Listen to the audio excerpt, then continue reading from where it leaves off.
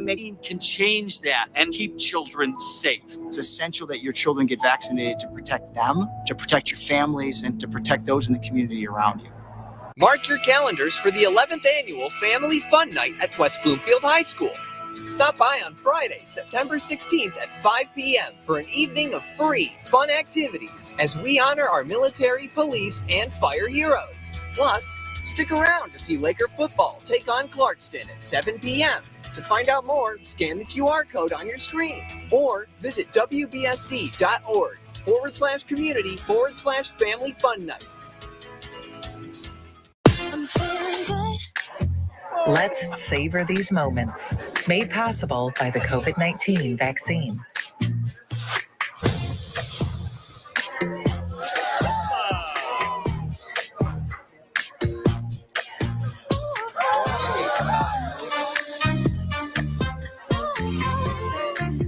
Keep the dining out going by keeping yourself protected and your COVID-19 vaccines up to date. Let's relish these moments, made possible by the COVID-19 vaccine.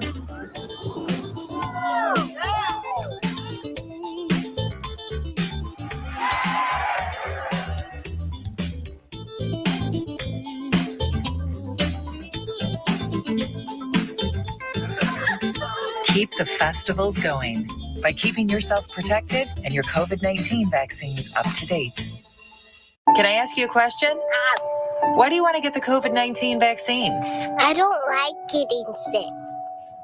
The virus will die. It will be easy to not catch it. Keep my family safe and keep playing soccer. Because I love being vaccinated. What's your hope for everyone? I hope everybody gets the vaccine to keep safe and strong. Be happy, having fun everywhere. Everyone stay safe and hope you get the vaccine. Let's whoop it up for these moments, made possible by the COVID-19 vaccine.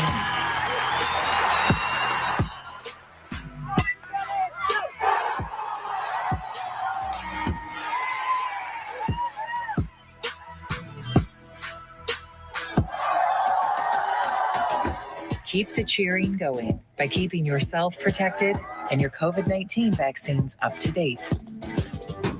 Fire Prevention Week is just around the corner. Join volunteer, part-time, and on-call firefighters at this year's Fire Open House. Catch up on your fire safety knowledge with live demonstrations and hands-on activities. Chat with local businesses and resources about fire prevention, see some familiar faces, fight future fires, and make some new friends. The West Bloomfield Fire Open House, October 2nd from noon to 3 p.m. at Fire Station 1 on Orchard Lake Road.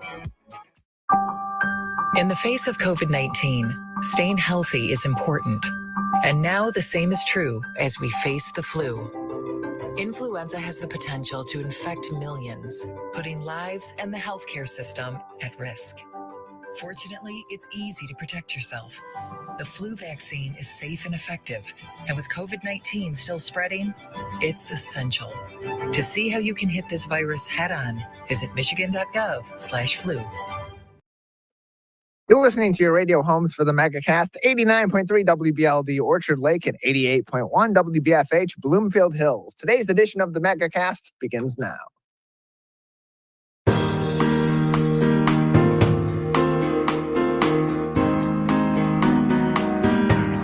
Welcome to the Megacast, our live, local, 5 days a week TV, radio, and streaming show looking into all things Michigan. I'm Tyler Kieft. Today we'll be talking to a number of people about topics of interest and importance to Michiganders like you. Let's begin with what's making headlines today at CivicCenterTV.com's local news page. Our first article comes from the Detroit News' Sarah Rahal, as Michigan added 18,375 COVID-19 cases and just over 200 deaths over the past week. That comes out to about 2,625 cases per day, a rise of 16% in cases, and those death toll numbers are over twice as many as the week before. Despite the increases in deaths, the University of Michigan's Preeti Milani, who has previously been on the Megacast numerous times, said she does not see this as an indicator for greater lethality of the virus as it currently stands, or another surge being in the cards, saying, quote, "The death rate is still too high, but reporting takes time. It can lag by a few weeks or even a few months. The situation has changed from a few years ago. Older people are being treated, but it does not take longer. It does take longer for them to get better," end closed quote. Also making headlines today on CivicCenterTV.com's local news page from the Detroit Free Press's Paul Egan. It didn't take long to learn of the future plans of soon-to-retire Michigan Supreme Court Chief Justice Bridget Mccormick, who will be leaving the bench this November. McCormick announced on Tuesday that she will become the new president and CEO of the American Arbitration Association International Center for Dispute Resolution, beginning that job in February of next year. This is an organization out of New York that markets itself as a global leader in alternative dispute resolution. Justice McCormick has served as a state Supreme Court justice for 10 years, spending 4 of those years as the Chief Justice. Finally, making headlines today on CivicCenterTV.com's local news page from Edward Pivos at MLive. 2 small towns in the Great Lakes State have been named some of the spookiest places to visit for Halloween this year. Those towns are Dearborn, specifically Greenfield Village, and Romeo, which is, of course, in Macomb County, just northeast of Auburn Hills and Troy here in Oakland County. Greenfield Village gets the nod because of its annual Halloween Express, as well as downtown Dearborn's slew of fall fun.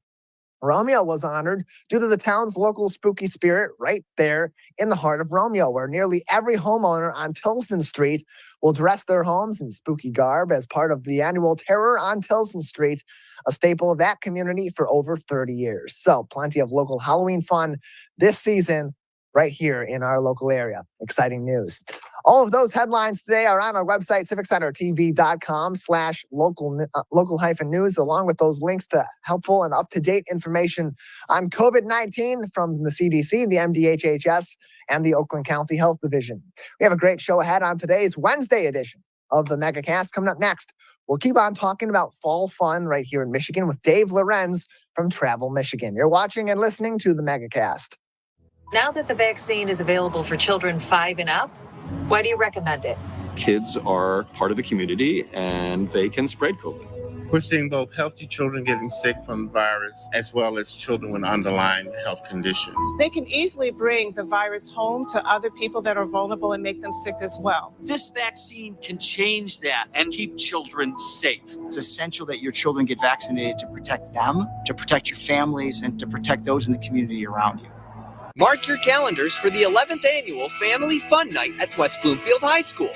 Stop by on Friday, September 16th at 5 p.m. for an evening of free, fun activities as we honor our military, police, and fire heroes. Plus, stick around to see Laker football take on Clarkston at 7 p.m. To find out more, scan the QR code on your screen or visit wbsd.org/community/Family Fun Night. I'm feeling good. Let's savor these moments. Made possible by the COVID-19 vaccine.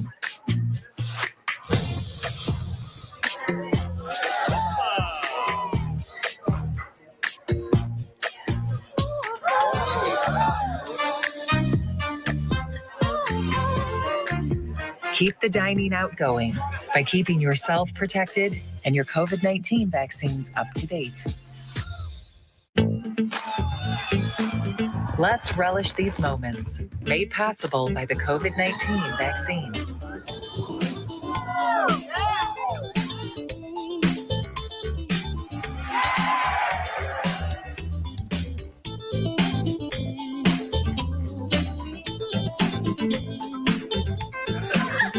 Keep the festivals going by keeping yourself protected and your COVID-19 vaccines up to date. Can I ask you a question? Why do you want to get the COVID-19 vaccine? I don't like getting sick. The virus will die. It will be easy to not catch it. Keep my family safe and keep playing soccer because I love being vaccinated. What's your hope for everyone? I hope everybody gets the vaccine to keep safe and strong. Be happy, having fun everywhere. Everyone stay safe and hope you get the vaccine.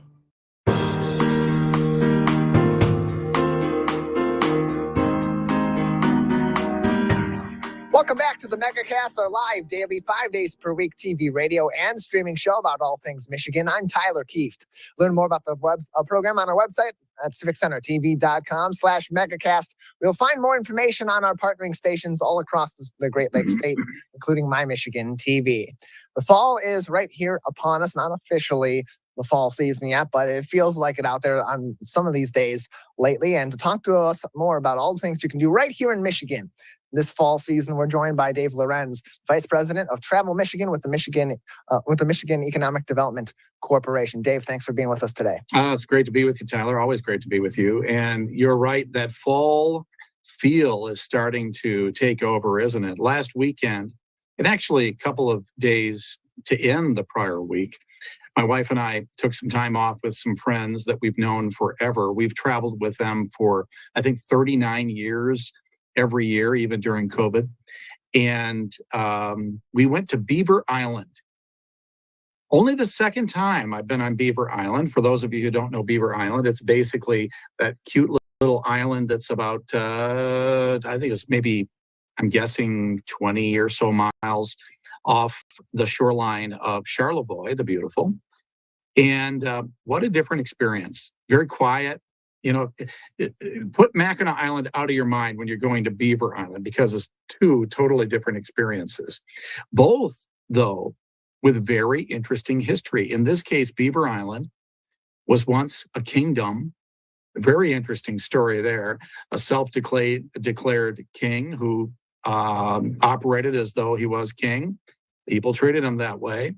Some people didn't like that. They ended up assassinating him. And it's a fascinating story. But then when you get there, it's a really quiet, off-the-grid feel, and very slow, very island time, so to speak. Nothing really has to happen exactly on time except for the ferry service. And we loved it. Happened during their Irish festival, which is much smaller than I'm used to in Muskegon. And so it felt like we were in the front row for everything. And of course, some of those performers will be performing this coming weekend, starting, is it tomorrow, I think, in Muskegon for the Michigan Irish Music Festival. Big deal, by the way. If you're looking for something to do this weekend, plenty to think about. Michigan Irish Music Festival. You have in Frankenmuth, Oktoberfest kicking off, I think, tomorrow night. I'm tapping the opening keg. That'll be fun. The Sioux Film Festival. It's happening way up north. The North American International Auto Show. I know the Heritage Trail, the Freedom Trail, they're having a big event on Saturday in Lansing. I mean, there's something to do everywhere. I know I'm forgetting 10 different really big events, including Art Prize in Grand Rapids. How could I not mention that? So there's something to do. And I think this is the very best time of the year to travel in pure Michigan. So let's talk about the North American International Auto Show. That's typically been in the winter season in downtown Detroit. It's been at the TCF Center, formerly known as the Cobo Hall, and now it's going to be in the fall. It's going to be in late September this year, if I remember correctly, and that's bringing a whole different element to Michigan travel, because people love to come to Michigan for, of course, the fall foliage, certainly during the summer season and the spring season. Those colder months of the year, sometimes for those that aren't skiers and snowboarders and love the outdoors, it's a little tougher to convince people to come here. So for that particular show, knowing how big of an attraction it is for car lovers around the world, how big of a benefit is it to the state of Michigan to now have that in downtown Detroit in a season where people are still flocking over to Michigan to travel? Yeah, it's so interesting, Tyler, because when they first announced that they were going to have the show at this time of the year, I was a little skeptical, because the North American International Auto Show has always been, that kind of quiet time of the year in winter in downtown Detroit. It's always been indoors entirely. So when they started talking about doing an indoor-outdoor event where you could actually drive vehicles like those electric vehicles that are coming out everywhere, I thought, okay, maybe this will work. But the more I've learned about it, the more excited I am about it, including I'm going there, Friday. Can't wait to be there for the big charity event, but also just to kind of see the show and see what's happening. So what they very smartly did is they found another time of the year, which for downtown Detroit wasn't exceptionally busy.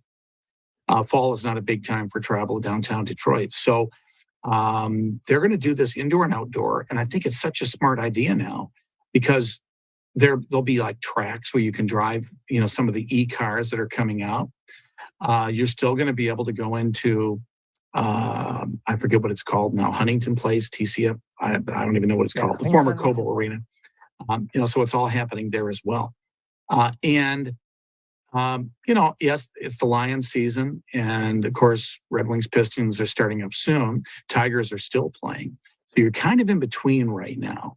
I think it's a brilliant move now that I've had time to think about it. I think it's going to be great for downtown Detroit, for auto enthusiasts. And interestingly enough, for people who just want to go and see what happens at an auto show in today's world, you don't have to be a big auto geek to really enjoy it. And at the same time, still leaving the rest of the state for people to enjoy for all that fall color touring opportunity. And here's the interesting thing. The auto show is just about a week is all. And the fall colors really haven't started to change in the southern part of the lower peninsula yet. So all those people who want to find fall color this weekend, you need to go to the Kiwana Peninsula. You need to go to the upper peninsula. It's starting to change in northern lower peninsula, but really not yet. So you're not going to really miss out for people down in southeast Michigan. So you can do both. Auto show now, maybe go on that fall color tour in the backyard, or maybe a little bit farther north in the next couple of weeks. And just lastly on the auto show, what does it do for tourism, particularly in Detroit, to have it now in a warmer part of the year as opposed to, like you said, the more quiet part of winter where it's been placed before? Well, a lot of people just don't like to travel, especially to a big city in the wintertime. Okay. So I thought, well, it was a great timing because there's not much else happening. I think people are going to travel more. I think they're going to have record crowds. And since they're indoor and outdoor at that very big space, I think it's not even going to seem overcrowded at all. It won't be. They've got a lot of space. I think you're going to be able to find hotel rooms as well at decent prices. So I really do. I think it's just kind of perfectly timed. So you have to check it out. I'm looking forward to seeing it myself. I can't wait to see all the changes they've made. So you mentioned some of the great places to go see some of the fall colors in the next couple of weeks. But for those that are waiting a little bit longer to get a greater spread of the state having the fall foliage be visible, what are some of those hidden gems of locations that people should be considering going to that maybe aren't as highly trafficked, but they can still see some great images, some great landscapes of Michigan as the colors change this fall? Yeah, in fact, we just printed our fall travel guide. So the fall travel guide is out right now, available at the 13 Michigan Welcome Centers, and it's called Flip Guide. So if you flip it over, then you get the winter information right away as well. So either fall or winter, you're going to find them both in one easy guide. And I'll tell you, because we developed this magazine really during the pandemic time period, it takes a long time to develop these things. It's a pretty thin guide this year, but really good information in there. And it does talk about, I guess, what we would describe as hidden gems, those lesser known places that really offer great experiences. So right now, you really will want to consider the Kiwana Peninsula, Copper Country. Hard to believe this really interesting, beautiful place is not really well known or well traveled.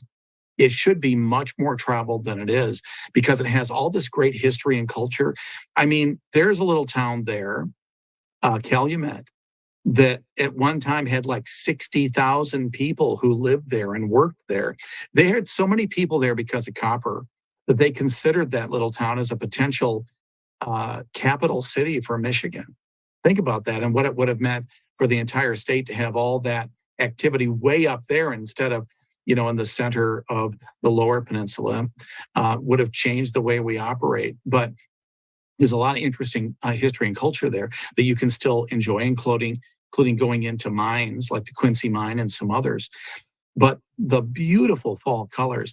I mean, you have never seen such beauty, especially if you're like a mountain biker, or if you don't like to mountain bike, maybe just drive up the beautiful drive that brings you up to Copper Harbor, and then go up to the top of Brockway Mountain.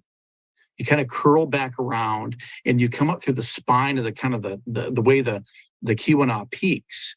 So you're up there at the top. You get to a little parking area. The wind will be howling in that area because you see Lake Superior to your right and to your left. It's everywhere. And in between, this beautiful canopy of forest that will be in a variety, a palette of colors when you go at this time of year. It is an awesome view at any time of the year. It's spectacularly beautiful and something you can only really do there in that way. That's worth the drive at this time of the year just for the view. And then as you go around, you get all do all those other things. And by the way, whether you stay in Copper Harbor or a place like Lorium, there are some cool B&Bs there, the Lorium Manor and some others, other hotels and like Houghton Hancock, a really cool city. When you go there, you have that college feel because of the university being there. But then you'll find some interesting things. There's often performances at the theater. Make sure to go to the Seaman Mineral Museum. Unbelievable. I never thought I would find looking at rocks so interesting, but they've done a really good job at that museum. Among other things, you see Uper lights. These are these rocks that glow in black light. Turns out they're all over the world, so they have a good representation of them at the museum as well. Some quirky little thing to do, but you'll find a lot of things to do. Among other things, make sure to check out the National Park Museum on the Copper Country Experience. You'll love it as you travel back down. Make sure to go to Porcupine Mountains, go to see the Lake of the Clouds, which is an awesome experience. And if you have walking challenges, you can drive basically right up to the edge of the viewing area and you can see over. I think that's really nice. It's an awesomely beautiful place off of Silver City. And then wherever you go, if you're going to stay overnight, maybe consider a place like Mclean State Park, which is right on the edge of Lake Superior. This is a great time, especially if you have those clear nights, to see the Milky Way, the wonderful shooting stars, and maybe even the Northern Lights. They were just out actually a couple of days before we got to Beaver Island. Everybody got the best views, except for us. We got there a couple of days late. So you never know. You can actually, if you want to try to time it to see the Northern Lights, whether in the UP or wherever else, this is a good time of the year as long as it's clear. And you can actually go do a search on your phone or laptop, Northern Lights in Michigan. There's an indicator there. They check out what's happening with the sun's rays, and then they tell you when you're best likely to see the Northern Lights. You have a lot of opportunities, so don't worry.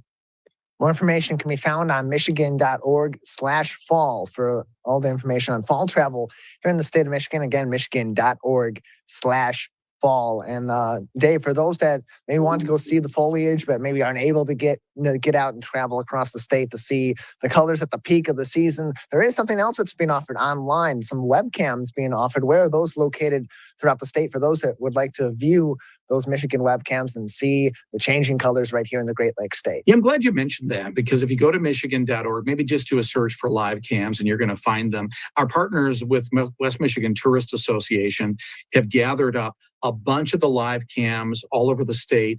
You're going to also find some of them on screens at our rest stops around the state as well.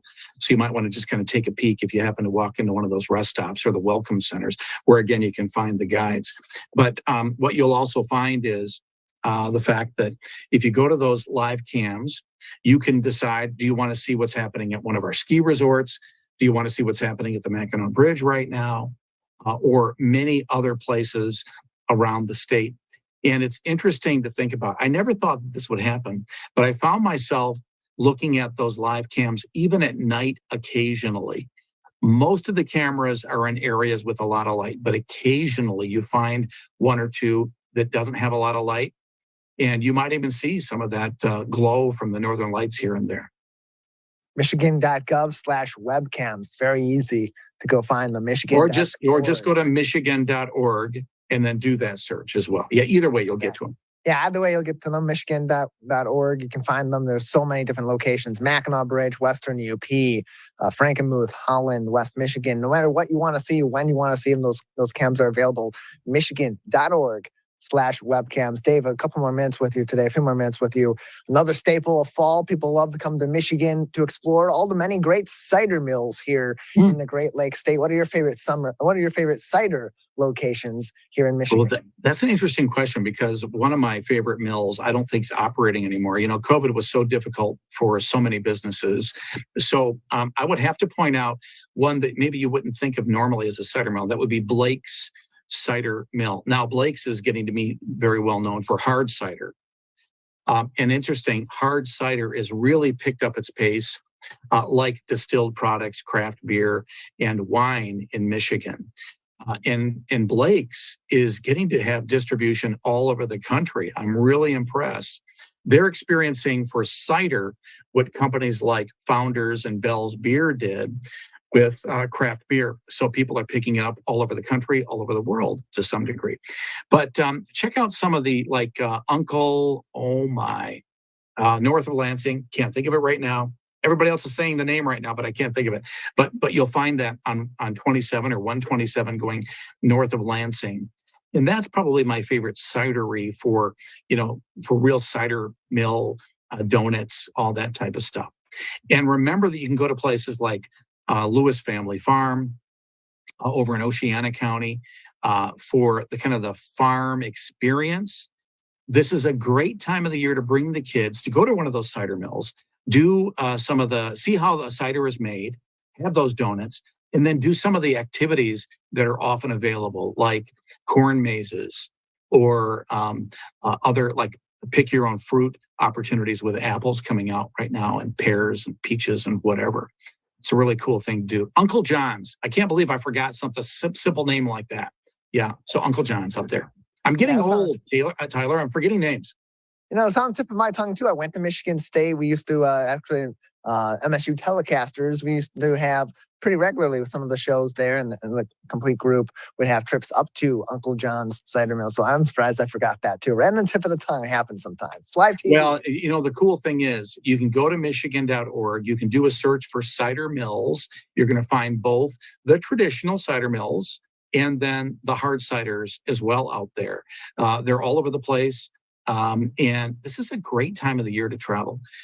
September is my favorite, and it is the perfect time to travel. Kids are mostly back in school, so it's quieter. You get the better deals, those very comfortable days that are still, kind of warm during the day, and the cooler, crisp nights in the evenings. Sweater weather for golf, which is a great time of the year. Again, quieter out there, better deals. Man, it's the perfect time to travel in pure Michigan. It really is. And all that information can be found on Michigan.org. Dave, anything else for us today? As we always say, your trip begins at Michigan.org. And what we mean by that, when Tim Allen always tells you that, is it really is. It's a great source of information. And what I always do, I just kind of look things up on the search bar. If I'm looking for a certain thing, look it up at the search. But go there right now. We just switched over the website to the fall content. You're going to see this beautiful video running right on the home page, showing you all these things you want to see and do through the fall season. And then search down the section. Look for places and people that maybe you haven't seen for a while. Get out there and explore. Don't put it off. There's so much to do. Get out there. Trip begins at Michigan.org, as Dave said. Thanks so much, Dave. Good to see you, Tyler. You as well. Dave Lorenz from Travel Michigan with us on today's edition of the Megacast. Again, one more time, Michigan.org for more information. We'll take a break on the Megacast. When we come back, we'll talk to a local nonprofit that's helping to provide tutoring aid to kids in the Detroit area and also provide services to those who are at the point where they're aging out of the foster care system. Latanya Moore, the founder and CEO of Showers of Grace Michigan, joins us next on the Megacast. Let's whoop it up for these moments, made possible by the COVID-19 vaccine.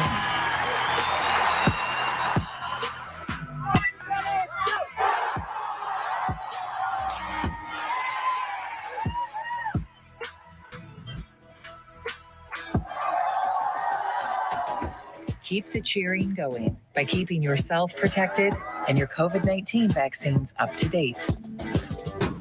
Fire Prevention Week is just around the corner. Join volunteer, part-time, and on-call firefighters at this year's Fire Open House. Catch up on your fire safety knowledge with live demonstrations and hands-on activities. Chat with local businesses and resources about fire prevention, see some familiar faces, fight future fires, and make some new friends. The West Bloomfield Fire Open House, October 2nd from noon to 3 p.m. at Fire Station 1 on Orchard Lake Road. In the face of COVID-19, staying healthy is important. And now the same is true as we face the flu. Influenza has the potential to infect millions, putting lives and the healthcare system at risk. Fortunately, it's easy to protect yourself. The flu vaccine is safe and effective, and with COVID-19 still spreading, it's essential. To see how you can hit this virus head-on, visit michigan.gov/flu. Now that the vaccine is available for children 5 and up, why do you recommend it? Kids are part of the community and they can spread COVID. We're seeing both healthy children getting sick from the virus as well as children with underlying health conditions. They can easily bring the virus home to other people that are vulnerable and make them sick as well. This vaccine can change that and keep children safe. It's essential that your children get vaccinated to protect them, to protect your families, and to protect those in the community around you.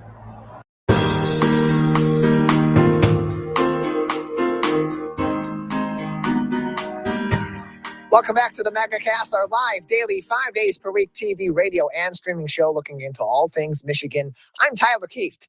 Learn more about our program on our website, civiccentertv.com/megacast, where you'll find information across the Great Lakes State, including My Michigan TV on your smartphones, your smart TVs, and online at mymytv.com. Joining us now on the program is a nonprofit based out of Detroit that's helping to provide tutoring services and also additional services to those who are aging out of the foster care system, who are so often left behind to fend for themselves at a very young age. Joining us now on the program is the founder and CEO of Showers of Grace of Michigan, Latanya Moore. Latanya, thank you very much for joining us today.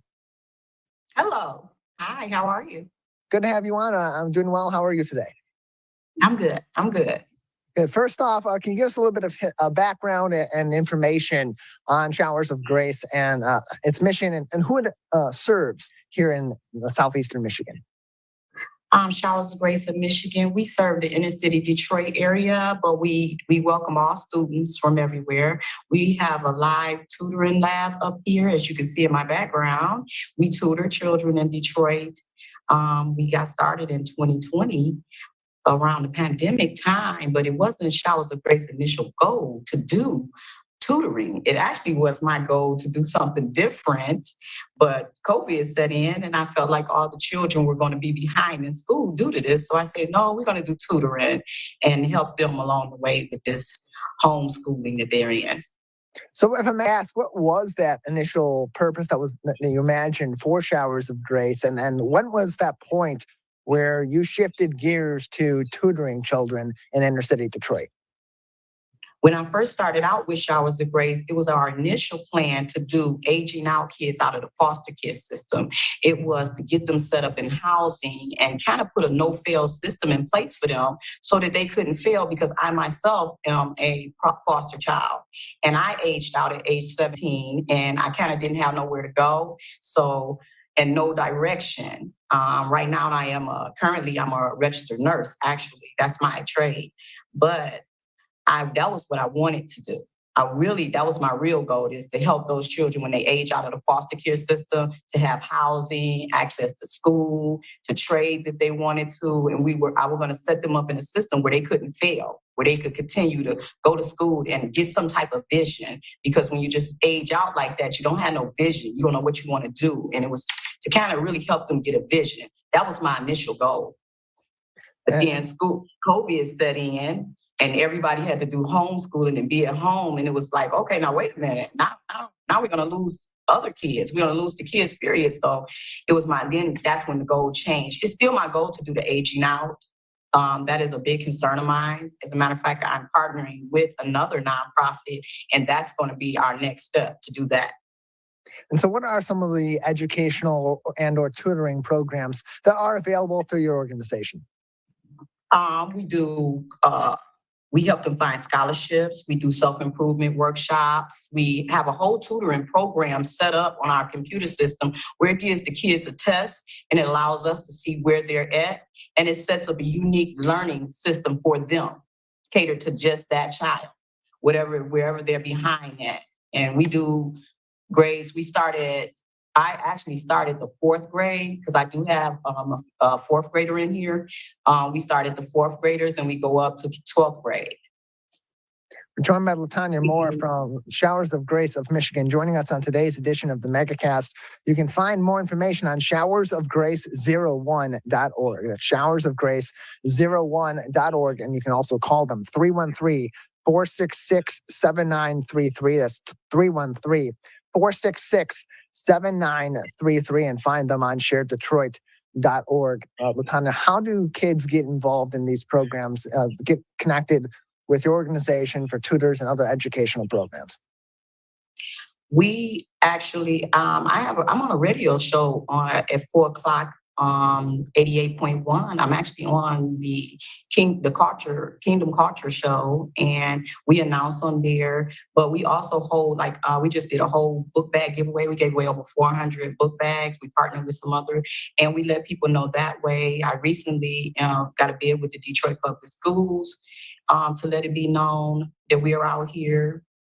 We hold a lot of community service things where we go out with the community, ask them what do they want to see, and we let them know we're here. So you mentioned one of the purposes of your organization, at least initially, and hopefully soon in the future, will be to help kids who are aging out of the foster care system. That being said, going into back into the educational element of what Showers of Grace does in the Detroit community, what is that age range of kids that you are serving throughout their educational life? We start at age 9 to 17, but the aging out would be the ones that's about 17 years old, because I aged out at 17. So at about 17, they age out. And in terms of the tutors themselves, who is coming into these situations and providing that additional education to these kids? We have some people that went to school for teaching, but maybe they didn't finish. We welcome stipends. We welcome the ones that that's in college. We welcome them to come. That's in college for teaching and they need an intern. We welcome them. We just ask that all of our tutors, our volunteers, they do have to do a background check. And we actually pay for their background check. So how can they go about if they would like to volunteer with your organization, work with some of these kids in tutoring and other educational initiatives? How can they get in contact with your organization and go about starting that process? They can also go on our website, showersofgrace01.org, and we have a tutoring volunteer and a tutoring.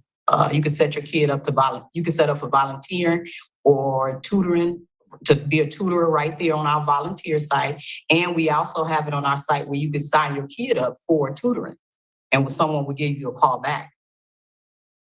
We take intake on Mondays also.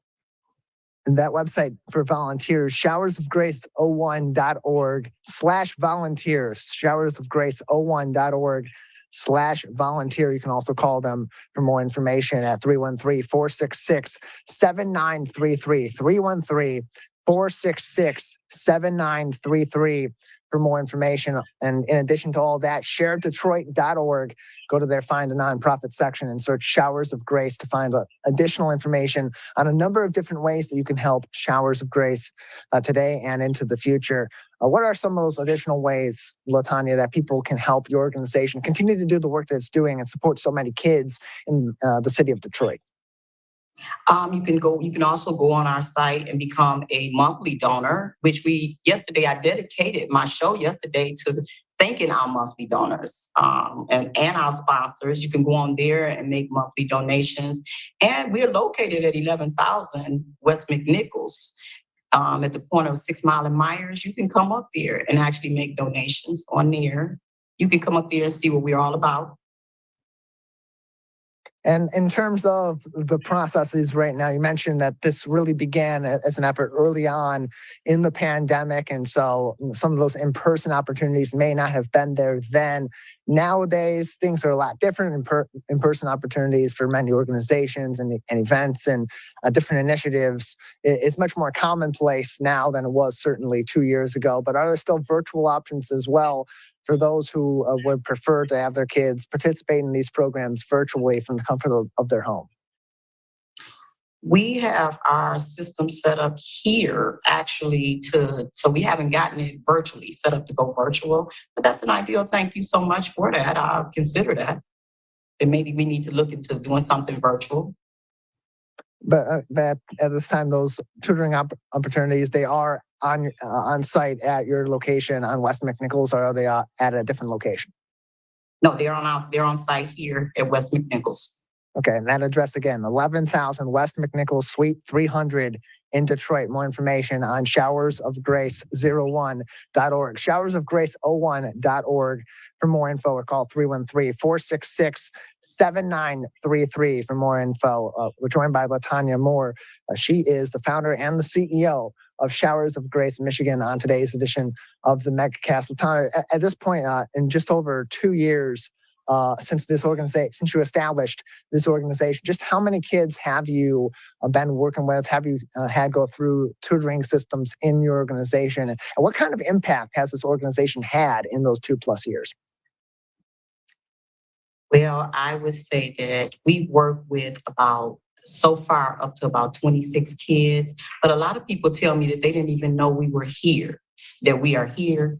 But so we've been working on trying to really get ourselves out there. We do have a Facebook page, and we've been trying to get ourselves out there so people know that we are here. We've helped about 26 kids. We hold an event once a month with Painting with a Twist, where kids can come out. A lot of people bring their kids out for that event also. I'm hoping that we're having a greater impact now, that people know, more people are now noticing that we are here.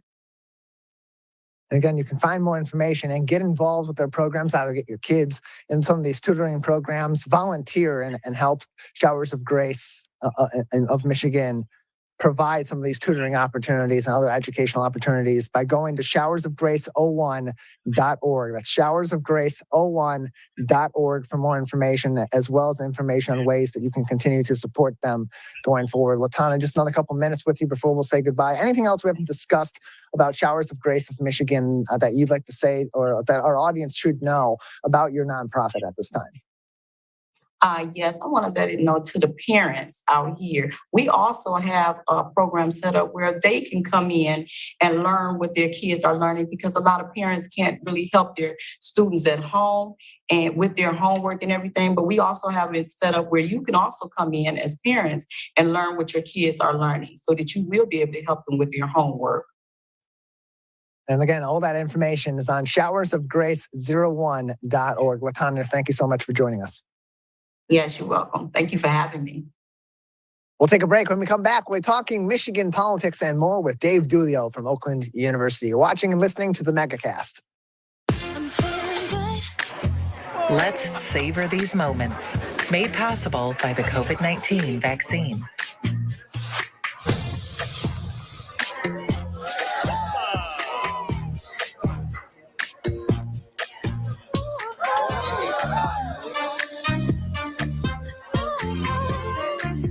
Keep the dining out going by keeping yourself protected and your COVID-19 vaccines up to date.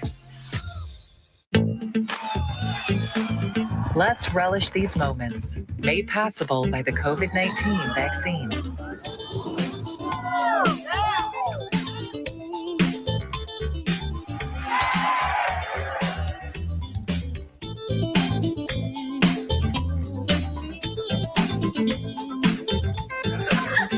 Keep the festivals going by keeping yourself protected and your COVID-19 vaccines up to date.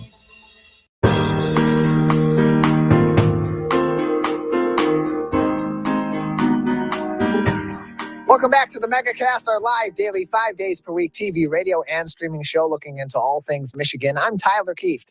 Learn more about the program on our website at civiccentertv.com/Megacast, You'll find information on our partnering stations all across the Great Lakes State, including My Michigan TV. Joining us now is Dave Dulio, professor of political science and also the director of the Center for Civic Engagement at Oakland University. Dave, thank you for being with us today. Good morning, Tyler. Nice to talk to you. Nice to talk to you as well. So big news in the state of Michigan politically this week. Hasn't really been election related or especially related to Governor Whitmer versus her challenger on the Republican side, Tudor Dixon. It comes from our state Supreme Court as Chief Justice Bridget McCormick has announced she'll be stepping down in November and will be taking over a job with an organization out of New York after the beginning of the year. Being that her term did not expire until 2024, there is currently a Democratic governor, and the end of her term will be at a point where the end of her tenure, with that resignation being in November, will be right around the time of the election. That gives Governor Whitmer a chance to name an appointee to take over that position. How important was the timing on this in Bridget McCormick's decision to step down, being that, of course, it's a nonpartisan position, but she was nominated by a Democratic governor? Well, it's, I think the dynamics of this election cycle make this a little different in terms of the importance of it, right? I mean, it's important in that Governor Whitmer will make the appointment to fill that seat, which will keep it a 4-3 Democratic advantage. However, I think it can't go unnoticed that Governor Whitmer is in a really strong position to be reelected. So had this dragged on into next year and Governor Whitmer wins, as I think many expect her to, it wouldn't have been that big a deal. You raise an interesting point there about it being nonpartisan. When Supreme Court justices are elected on the ballot, which there were 2 seats up this year, they will be nonpartisan. But Michigan has this strange system where the only way we can get justices on the ballot or get folks on the ballot to be justices is through a partisan process, right? Both the Democrats and the Republicans at their state party conventions this year nominated people to fill those ballot slots. So it's a very strange, let's maybe be fair, we'll call it unique way that we do it here in Michigan. We're joined by Dave Dulio from Oakland University's School of Political Science, and also he is the Center for Civic Engagement's director at Oakland University. More information on all this can be found at oakland.edu, oakland.edu for more information on everything happening at Oakland University. Also here in the state of Michigan, other big news we had the last time we spoke talked about a ballot proposal 3 that would affect abortion rights here in the state of Michigan. The potential that because of the wording of that bill and of course the state board of canvassers mostly unprecedented 2-2 tie on whether or not to send that to the ballot in November, whether or not it would actually get on the ballot. It did end up making it there. The Supreme Court of the state of Michigan, as we just mentioned, the importance of that board, of that court, did end up saying it was eligible for this November's election. And we're seeing so much across politics, not only in Michigan, but across the U.S., that this abortion issue is continuing to grow in its importance. We just heard that Senator Lindsey Graham is proposing or has introduced a bill that would ban abortion nationally after 15 weeks. Previously, he had said in terms of repealing Roe versus Wade that he preferred this to be a states' rights issue. Now, politics, it's pretty commonplace in politics for politicians to change their opinions, especially when it's convenient for them and their party. How much of a staple is this going to be in making those decisions for mostly those independent voters or those moderate voters on one party versus the next, of which direction they go in this election?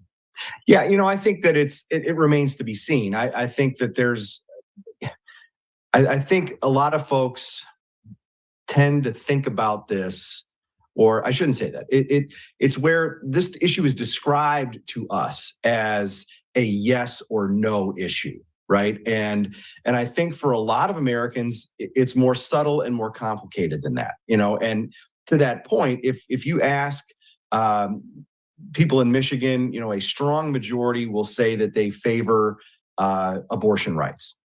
But at the same time, a strong majority will say that they want to have restrictions and have, for instance, parental notification laws, right? I think you're going to see that issue be hotly debated over the next couple of months until Election Day, if and when the pro-life side, the opponents of this ballot measure, come in and start to spend to try to convince people to go out and vote against it. I think the bill in the Senate that you mentioned from Lindsey Graham is going nowhere fast. Not only do Republicans not have the votes to pass it in the U.S. House, but even Senate Minority Leader Mitch McConnell doesn't seem too interested in whipping votes for that bill. Joined by Dave Dulio from Oakland University Center for Civic Engagement. He is also a professor of political science at Oakland University. You can learn more information on oakland.edu and engage with the Center for Civic Engagement at oakland.edu/CCE, oakland.edu/CCE for more information, as well as upcoming events and some controversy at my alma mater this week, as well as the Board of Trustees allegedly had notified President Samuel Stanley that he had until Tuesday of this week, which of course has expired at this point, to submit his resignation or face potentially being fired by the Board of Trustees. And as more information's come out about this, it seems to be a big division within the Board of Trustees, not just on whether or not he should resign or whether or not he should be, it should be discussed that he should be fired or kept in the job, but whether or not there is an issue here at all. How much of a mess is being made of this from that Board of Trustees position, and how does that potentially impact the future of that Board of Trustees and other boards of trustees at the state level? Boy, that's a stumper for me, Tyler. I'm gonna amend Ronald Reagan's statement that he had about Republicans in primaries. And he said long ago that Republicans should not speak ill against other Republicans, or maybe I'm paraphrasing there. So I'm going to go ahead and say that faculty at one higher ed institution shouldn't speak ill about another higher ed institution. We're all in it trying to row in the same direction. More information can be found on that continued controversy and your local news outlets, including CivicCenterTV.com's local news page, where you have updated articles from many different publications throughout the state of Michigan all throughout this week. You can find more info as that story continues to develop. In the meantime, Dave, at the Center for Civic Engagement, a lot of action coming up. We'll have you and others on from the Center for Civic Engagement to go into a little bit more details later on as we approach some of these dates. What are some of the upcoming events and different discussions that the Center for Civic Engagement is going to have coming up that people can participate in this very important election season? Sure, and I would make one other comment about politics here in Michigan, especially today, Tyler, and that's we do have President Biden coming to the auto show, and he is going to appear with Governor Whitmer. Or I should say Governor Whitmer is going to appear with him.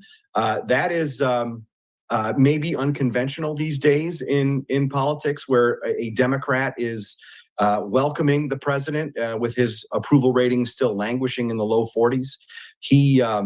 But I think that says something about the strength with which the Whitmer campaign team is approaching these last couple weeks of the campaign. Notable that two members of Congress are not going to be with the president. That's Alyssa Slotkin and Dan Kildee, the two Democrats who are, in fact, in some pretty tight races here in Michigan. Thanks for the opportunity to talk about the Center for Civic Engagement. We've got a busy October coming up. I'll start with the second piece, and I think we're going to have a chance to talk about this maybe in a week or so. But we're going to have on campus something we're calling Civility Day. You and I have talked in these interviews before about the lack of civility in our politics these days. We are partnering with the Civility Project, which is run by Nolan Finley and Stephen Henderson, two of the state's most renowned journalists. And so that's going to be October 25th. We'll just tease that a little bit and come back and talk a bit more details on that, hopefully with Stephen and or Nolan. But coming up in less than a month, we are going to have a virtual event devoted to the controversy around abortion. And we're calling it After Roe, the Constitution politics, policy, and rights. And we're going to welcome a couple of speakers to talk about that contentious issue. It's going to be a virtual event, but we'll have a Lincoln Douglas style debate between two nationally known speakers. And we're doing this not to try and change anybody's mind, right? We're going to have both sides of this hot button debate represented, but we're not trying to change anybody's mind. That's not our goal. Our goal is to inform on a couple of different levels. And one is to just demonstrate that even on an issue like this, two people can have disagreements and do it respectfully. People can, even on the issue of abortion, right? There can be civility in how people talk to each other and interact. And one of the benefits of that is that we can model that civil behavior and tone that we would like to see, I think, others have out in the community. Number two is we know a lot from Stephen and Nolan's work with the Civility Project that if somebody understands where somebody they disagree with is coming from on an issue, they're more likely to be accepting and tolerant of that position. Not that they're going to change their mind, but they're just going to respect it, right? And sort of move on. So this is going to be a fascinating Lincoln Douglas style debate on October 11th. We'll have, maybe I'll send you all the information over so you can put it up on your website. More information can be found oakland.edu/CCE. After row is 7 p.m. on October 11th. You can find more information and register for the free event on oakland.edu/CCE, and Civility Day, 9 a.m. to 4 p.m. at the Oakland Center at Oakland University. $25 for the general community, and students may attend for free. Dave, thanks for joining us today. Thanks, Tyler. Appreciate it. Oakland.edu/CCE. For more information. That's it for today's edition of the Megacast. Thank you to Dave and to all of our other guests for joining us today. Our crew, Calvin Brown and Jared Clark at the office of My Michigan TV, as well as Larry Nyland, the king of television, as we call him, our producer. That does it for Wednesday's show. We'll be back tomorrow with a new edition of the Megacast.